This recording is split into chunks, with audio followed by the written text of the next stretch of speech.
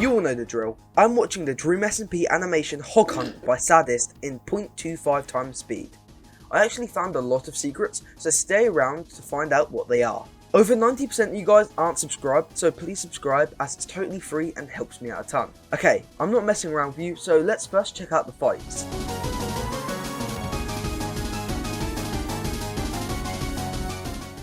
So what did I notice? Our first fight is between Technoblade and the Butcher Army. The first thing I noticed is how the fight is fragmented up through the course of the first half of the animatic. We first see the fight when Techno gears up. Techno uses a sword here as, fun fact, everyone uses their weapons and armour from the actual stream. This is the reason Rambo is the only one without the Butcher Army attire, as he did not use that skin. Techno's eyes glow yellow here as he becomes a black silhouette. He disappears into the mist. We get this amazing POV shot from Tubbo where Techno pulls back his axe and swings at him. The swinging motion Techno makes creates red and blue particles, which is a very subtle allusion to Techno's use of strength and swiftness potions later in the animation. This scene is broken by Phil's interrogation to give some backstory as to how Techno was found. Following from this, the second half of the fight occurs. This may seem confusing, but the first POV shot happens at the same time as the fight after Techno, and I quote, chooses blood.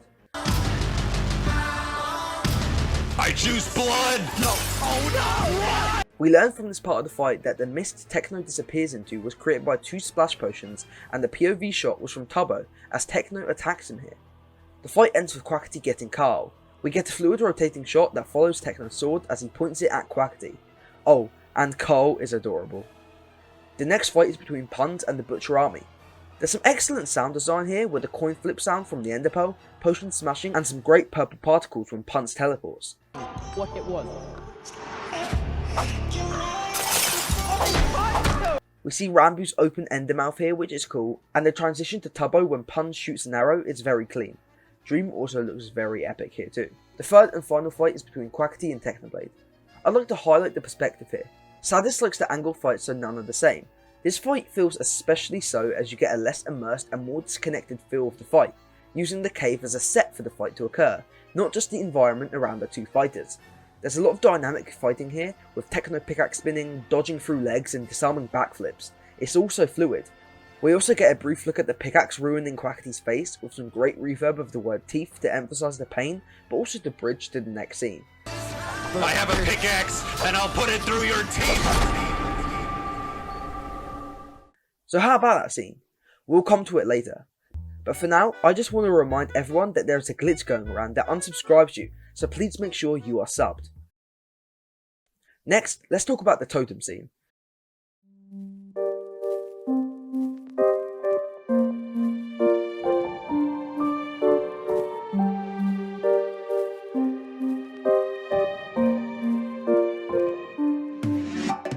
I think it's the highlight to a majority of viewers. So what did I notice? First off, Techno lets out an iconic "heh" when Quackity pulls the lever. You pull the lever! The first aspect of the scene is the anvil. We get a lot of foreshadowing of the anvil throughout the animatic to act as a build up for the execution.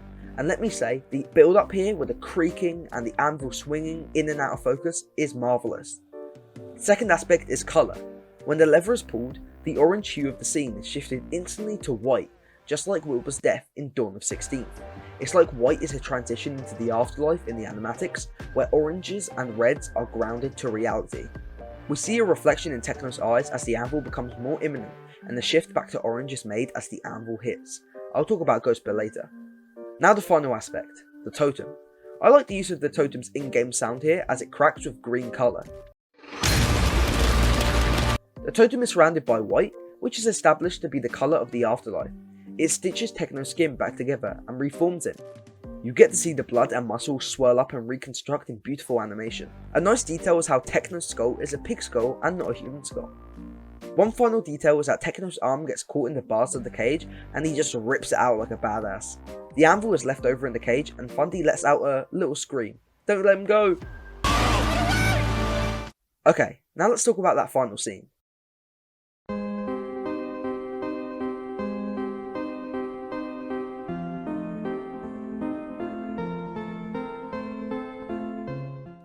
So, what did I notice? We get a blood trail on the snow backdrop, which really lets it stand out. This house is almost 3D here, and it's one of Sadist's most defined shots ever animated. It feels real. Tommy is back and looks cool, still having braces and a little braid in his hair, which is a good time to point out that all of the Sleepy Boys actually have little braids in their hair, with Ghostbur, Techno, Filzer and Tommy all having the braid. Techno has a bandage on his arm from where he pulled it from the cage, proving Sadist a master of tiny details. The sound design in the scene is great, with the snow being brushed away to reveal the button and the door opening ominously, with that classic fuchsia lighting given to the withers engulfing Tommy. We get a good look at the dozens of skulls and the 2 wither bodies behind Techno, making him villainous as hell. As we know, Techno is our true anti-hero of the Dream SMP, not a villain. After this, there are some key freeze frames I want to highlight. Techno's eyes glow red, not yellow, showing this desire and hunt for revenge is fueled by the blood god, not the instinct to protect himself and his friends, like previously in the animatic. The next is Techno as a black silhouette, corrupted by red.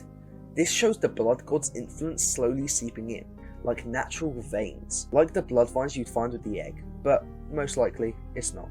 And the final shot is totally white, only broken by Techno's green eyes. This shows how Techno has been imbued with the rejuvenatory nature of the totem. The title was revealed with flecks of white, red and green on the black backdrop. The white is always found in title screens, but here it and black show both rebirth and death. The green is the totem, and the red is blood. Techno is officially out for revenge with his newfound power. Sorry for that, my English student kicked in. I have been working on just a little hobby, Tom. You see this wall?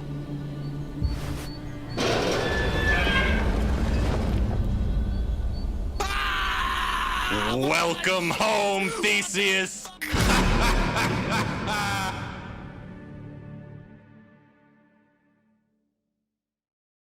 Those are the key scenes everyone talks about with Hog Hunt, so let me just talk about some other things I noticed. I'll start with the characters, their designs and mannerisms.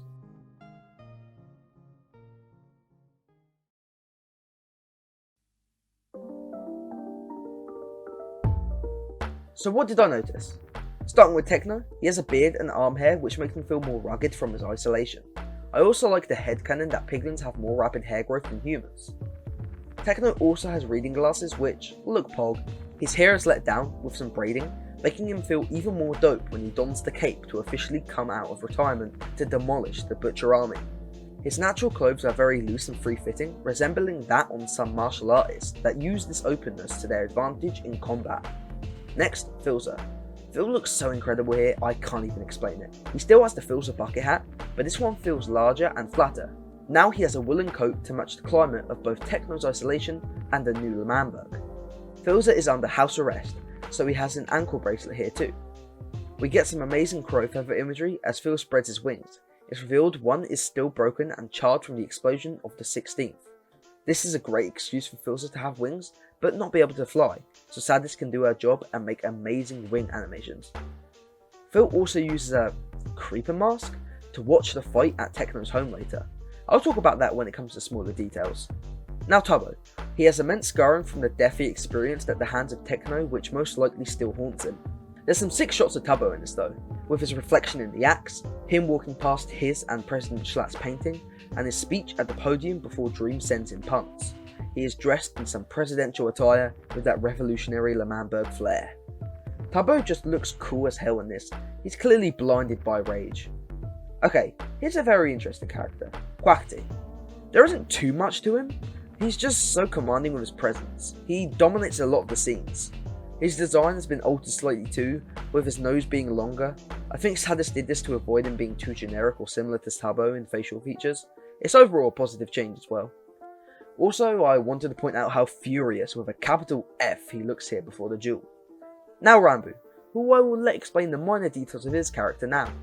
I'm the only one, right, not wearing like the Butcher Army thing, because I was the only one that did not have that skin.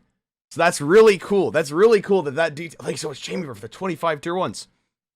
So it's really cool that detail was included, that I was the only one in just regular armor, because I didn't have the skin. I didn't have the skin yet.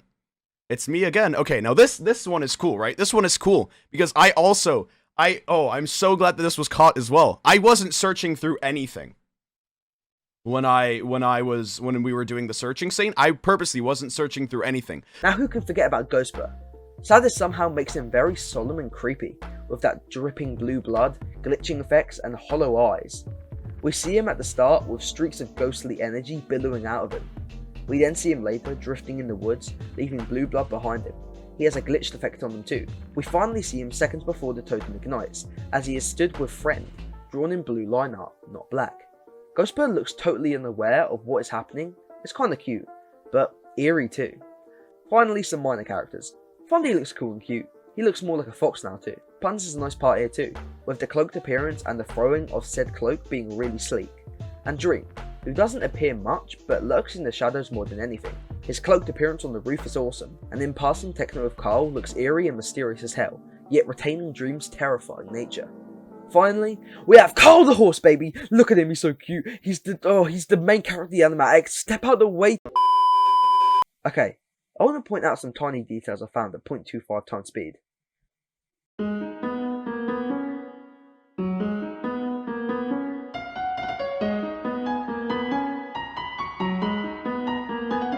So, what did I find? The glitches in the animation are really cool. Ghostbird glitching is so freaky and ghostly that you feel like you're watching this ethereal presence. We see a glitch as Phil becomes the Angel of Death with that foreshadowing creeper face, transitioning to Techno, his friend, and another symbol of death. Final glitches I've been over. At the end of the animatic, we get some snapshots of the totem and blood god influencing Techno's soul. Another kinda glitch is the ender chest. It's a great design that coincides with Phil's Angel of Death design. There's some books, a disc, emeralds, sticks, that creeper mask, and the only coloured item, blue. This is a great way to transition to my next realisation. Sadist uses colour sparingly here to make its impact way more powerful. Use of blue makes you instantly correlate the colour to Ghostbird and Friend. The yellow used as the glow in Techno's eyes in the scene totally in cool blue shades makes him feel more intimidating, and it relates more to the warmth lighting that you get all the way throughout this animation, which is done very well. The green is instantly associated with totems, and the red with blood. The small amount of colour helps you create associations between said colours and their themes. Another use of colour is through lighting. Quackity's torch is lit with a warm glow as they approach the fight with Techno and their capture of him. Technoblade's house in the nighttime snow is very warm as well, and the warmth through the window where the crow delivers Phil's warning is very well lit. Speaking of that crow, the black feathers synonymous with Phil and the crows that follow him are recurring throughout this animatic. The crow at the beginning is carrying the message that the Butcher army are coming for Techno, making Discord canonically letters in the Sadist animatics.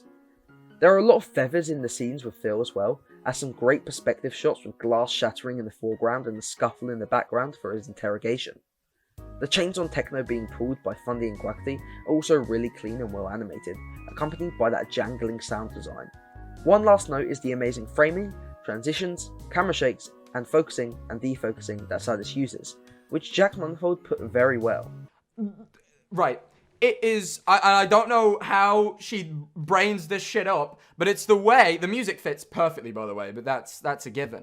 It's the way it is framed as if it's real. So like, there's no, with animation you can play around with a camera, right? Because it's not fucking real, so you can do whatever you want.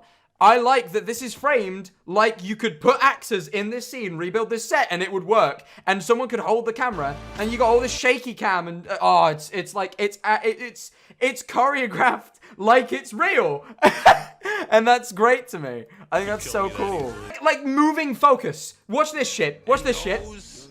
The focus shifts across, like as if you like focused a cat. It's fucking, bruh. I love movies. I've always said this, but if I was not doing what I do, I'd be doing film reviews, because that's what I enjoy watching and shit. Finally, the first quote in the animatic that is said by Techno at the end of his stream is so perfect, I cannot stress it enough. Treat Techno and his loved ones with respect, or face the wrath of the potato god. The only thing that works in this world is that you treat others as they treat you. Those that have treated me with kindness, I will repay that kindness tenfold. And those that treat me with injustice, that use me, that hunt me down, that hurt my friends, I shall repay that injustice 1,000 times over. That's about it. I hope you enjoyed my stupid convoluted analysis of this amazing piece of art. Like this video if you want me to do more animatics, and subscribe to see more Minecraft content. I'm actually making a technoblade character analysis, and it's going to be epic. Many parts, different takes, it will be epic. So, if you really like this stuff, please subscribe, like the video, and Cole is the best.